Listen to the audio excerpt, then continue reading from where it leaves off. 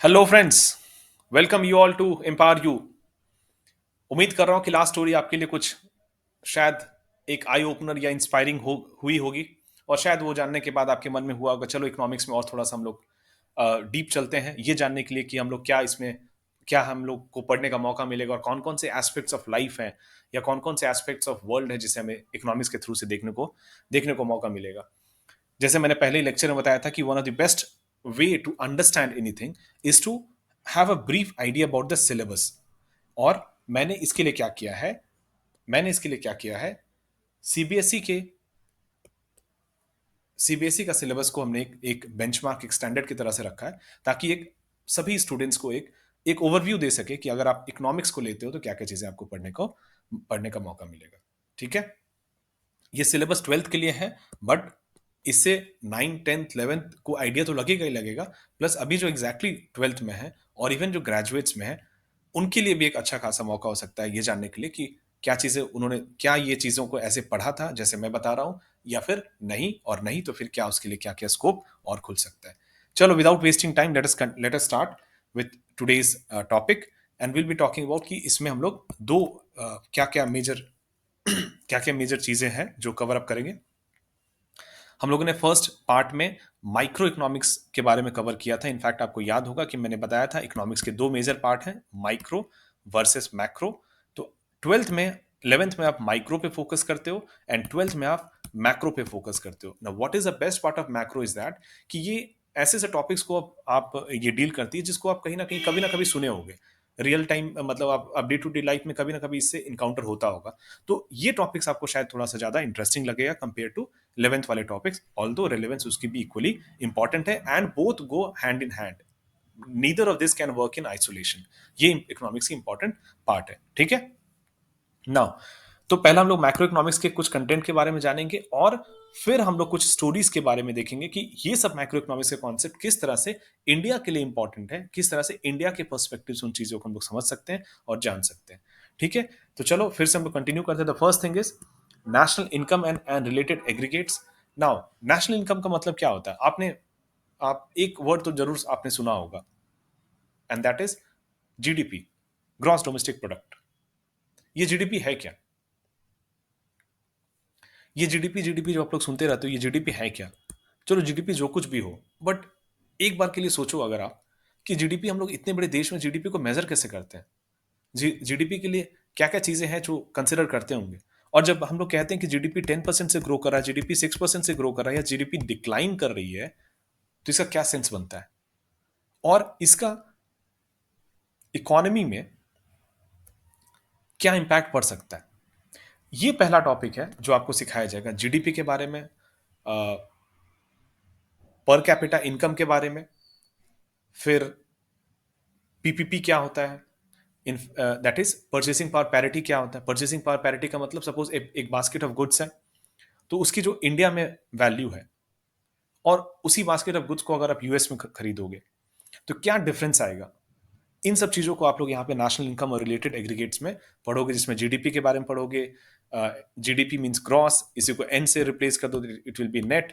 तो ग्रॉस और नेट में क्या डिफरेंस होता है इसके बारे में पढ़ोगे और ये जानने की कोशिश करोगे कि जीडीपी को हम लोग कैसे मेजर कर सकते हैं। फॉर एग्जाम्पल किसी किसी एक हाउस होल्ड में कितनी लोग कितना कमा रहे हैं, ये जानने के लिए आपके पास क्या तरीका है? दो तरीका है। वन, वो जहां भी खर्च कर रही है उसको आप मेजर कर लो, प्लस जितनी उसकी सेविंग्स है उसको मेजर कर लो, वो टोटल इनकम होगा। या फिर दूसरा तरीका है कि जो भी सोर्सेस से उसके इनकम आ रहे हैं उन सबको ऐड कर दो, तो वो उसकी टोटल इनकम होगी। उसी तरह से जीडीपी एक देश के लिए काइंड ऑफ है कि कितना रेवेन्यू वो जनरेट कर पा रही है। तो कौन कौन से तरीके हैं जिसके थ्रू से हम जीडीपी को जान सकते हैं? क्या ये इंटरेस्टिंग लग रहा है आपके लिए? ये इस टॉपिक में आप एक्सप्लोर करके फर्दर जान सकते हो। Second is money and banking. Now money and banking में मैं थोड़ा सा एक एनालॉजी के साथ इसको एक्सप्लेन करूंगा ताकि चीजें और भी ज्यादा क्लियर हो जाए। मनी एंड बैंकिंग में आप लोग ये एक्सप्लेन करोगे, ये आप लोग जानोगे। आपको पता है कि बैंकिंग में क्या होता है? बैंक आपसे पैसे लेती है, चाहे वो सेविंग्स अकाउंट हो, करेंट अकाउंट हो, चाहे वो आप किसी तरह से डिपॉजिट करो, एफडी करा रहे हो, फिक्स डिपॉजिट करो, एक्सेट्रा। और उसी पैसे को फिर अपने कस्टमर्स को लोन में देती है, चाहे वो बिजनेस होम लोन हो, पर्सनल लोन हो, कार लोन हो, एक्सेट्रा। और इसी ट्रांजैक्शन से वो बेसिकली पैसे को अर्न करती है। बट एक लार्जर स्केल पे अगर हम बात करें, बिकॉज ये मैक्रो है, एक लार्जर स्केल पे होगा, तो ओवरऑल टोटल बैंकिंग सिस्टम कैसे काम करती है? ठीक है, उसमें सीआरआर क्या होता है, कैश रिजर्व रेशियो, यानी कि हम ये इंटरेस्ट रेट अगर हम बोलते हैं कि इंटरेस्ट रेट अभी पर्सनल लोन की कुछ 11% चल रही होगी, या फिर होम लोन की कुछ 6% है, तो ये इंटरेस्ट लोन रेट कैसे डिटरमाइन होता है और कैसे डिटरमाइन होता है ये इंटरेस्ट रेट, ये सब चीज़ें बैंकिंग वाले सेक्टर में हम लोग यहाँ पे डील करने का मौका मिलेगा। बट इंपॉर्टेंटली आप लोग को एक इंटरेस्टिंग चीज़ या मनी और बैंकिंग से आपको जानने का मौका मिल सकता है, या मे बी आपको पढ़ने का मौका मिलेगा, तो उसके लिए मैंने एक छोटा सा एक एनालॉजी सोचा था, जो आपको मैं सोचा कि बता देता हूँ। ये सपोज करो कि ये सप्लायर्स है, ये एक शॉप है जो ब्रेड सप्लाई करती है, ठीक है, ब्रेड सप्लाई करती है। यहाँ पे ऑलरेडी सपोज करो कि अ, 3-5 घर है, 5 हाउस होल्ड्स हैं, ठीक है, सबकी इनकम सपोज करो 10 रुपीज़ है या 100 रुपीज़ है, सबकी 100 रुपीज़ है, 100 नाउ ये एक ब्रेड ओन शॉप है जहाँ 10 रुपए की ब्रेड मिलती है।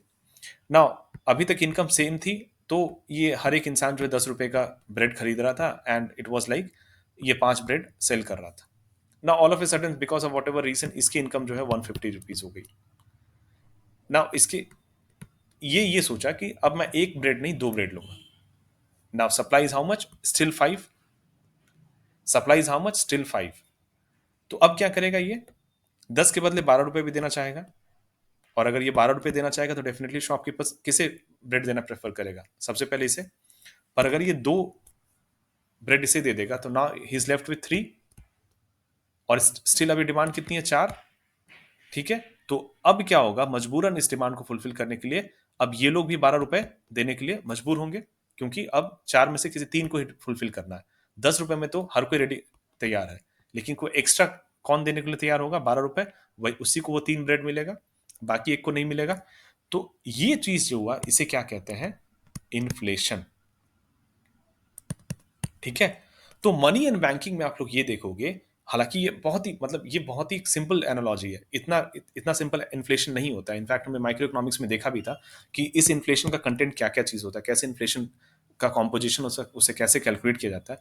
तो मनी एंड बैंकिंग में आप ये समझोगे कि इस इन्फ्लेशन को आप कैसे कंट्रोल में कर सकते हो, राइट, इस इन्फ्लेशन को आप कैसे कंट्रोल में कर सकते हो, ये आप मनी एंड बैंकिंग में पढ़ोगे। अब क्या हो सकता है, सपोज करो आप एक इकोनॉमिक एनालिस्ट हो, तो यहाँ पे आप क्या करोगे, दो तरीका है, एक या तो आप सप्लाई को इंक्रीज करो, ठीक है, दूसरा तरीका क्या हो सकता है इन्फ्लेशन को कंट्रोल करने के लिए, कि आप ये जो 150 इनकम है इसको वापस आप कम करो, ताकि ये इन सब के बराबर में आ जाए। वो टैक्सेशन के थ्रू से हो सकता है, या जो भी तरीके से हो सकता है, या फिर एक और तरीका क्या है कि इन सब की इनकम को बढ़ा दो, इन सब की इनकम को आप अपलिफ्ट करो। तो what ever may be the way, ये एज इकोनॉमिस्ट के तौर पे आप सोचोगे। इन्फ्लेशन में आप ये सोचोगे कि किस तरह से, या तो मतलब इस मनी एंड बैंकिंग टॉपिक में आप ये सोचोगे किस तरह से इस पैसे को वापस हम लोग इस यहां से पुल कर लें, ताकि इस इन्फ्लेशन में, क्योंकि जब पैसे ही नहीं रहेंगे तो डिमांड नहीं रहेगी, ठीक है। तो उसी चीज को यहाँ पे मनी और बैंकिंग में, और उसके ढेर सारे चीजें हैं जो आपको आपको वहाँ पढ़ने का मौका मिलेगा, बट एक सिंपल सा तरीके से मैं आपको ये बता रहा हूँ कि क्या इस टाइप की चीजें अगर आपको पढ़ने का मौका मिले, इस टाइप की चीजों पे पूरी तरह से रिसर्च करने का मौका मिले, अपनी लाइफ पूरी करियर स्पैन में इन सब चीजों पे आपको डिवोट करने का मौका मिले, तो विल इट बी इंटरेस्टिंग, ये सिर्फ आपको यहाँ पे जानना है, ना कि डिफरेंट टॉपिक्स को यहाँ समझाना मेरा इंटरेस्ट नहीं है। That is one second topic. Third topic is determination of income and employment. आप लोग सुने होंगे कि कभी हम कहते हैं कि बेरोजगारी दर, यानी कि unemployment rate in India is this much. तो ये अनएम्प्लॉयमेंट होता क्या है, इनफैक्ट इकोनॉमिक्स के टर्म्स में एम्प्लॉयमेंट किससे कहते हैं। इनफैक्ट इकोनॉमिक्स में जो लेबर होता है दैट इज डिफरेंट फ्रॉम जो एक जनरल नोशन है लेबर का, और इकोनॉमिक्स में जो नोशन है लेबर में, उसमें डिफरेंस है, ठीक है। In economics whosoever is contributing to the GDP is a labor, ठीक है, बट आपको भी पता है कन्वेंशन तरीके से हम लोग लेबर किसे बोलते हैं, ठीक है। तो that is how economics is different. Then इसके बाद क्या है कि अब इंडिविजुअल की इनकम हम लोग कैसे डिटरमाइन करेंगे, ये सब चीजें यहाँ पे देखने को मिलेगा। फिर एक बहुत इंटरेस्टिंग टॉपिक जो हर इंडिविजुअल जिसकी निगाहें मतलब खासतौर पे फरवरी का जैसे महीने आता है, मीडिया से लेके हर एक घर वाले लोग ये उम्मीद करने लगते हैं कि इस बजट में क्या आने वाला है। तो ये गवर्नमेंट बजट होता क्या है, इस गवर्नमेंट बजट के अंदर कॉम्पोजिशन क्या क्या चीज होता है, इसके बारे में हम लोग आगे कुछ एग्जाम्पल्स भी देखेंगे, तो अभी घबराने की जरूरत नहीं है अगर ये आपको कुछ चीजें समझ नहीं आ रही, और भी अच्छे से समझाएंगे हम लोग।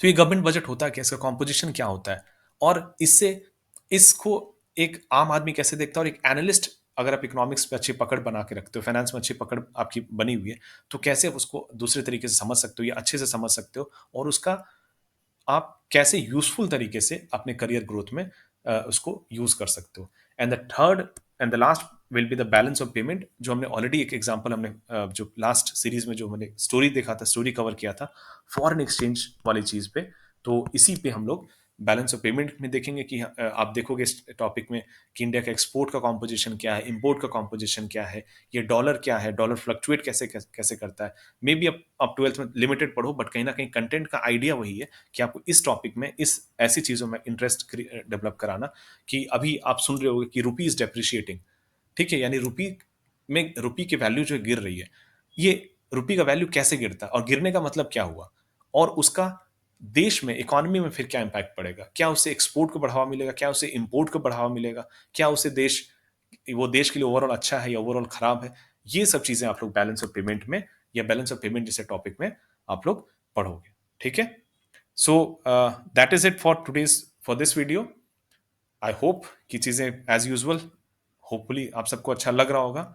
So please please please do comment, बताओ तो सही आप लोगों को ये कैसा लग रहा है। अदरवाइज मेरे लिए, हमारे लिए एक पूरी ब्लैंक सी इनिशिएटिव हो जाएगी जहाँ पे एक लाइक वन वे कम्युनिकेशन हो रहा। तो प्लीज़ लेट अस नो, ताकि हम लोग इसमें और इम्प्रोवाइज कर सकें और बेहतर इसको कर सकें। एंड नीड नॉट टू से, please do like share and comment, and do share with your friends as much as possible. uh, then only we'll have some motivation to create these kind of interesting videos. This is my personal request to you. और इसमें कुछ भी आपके पास ना आपके बहुत ज़्यादा समय लगेगा और ना ही पैसे लगेंगे। So please do like share and subscribe. Thank you so much for watching.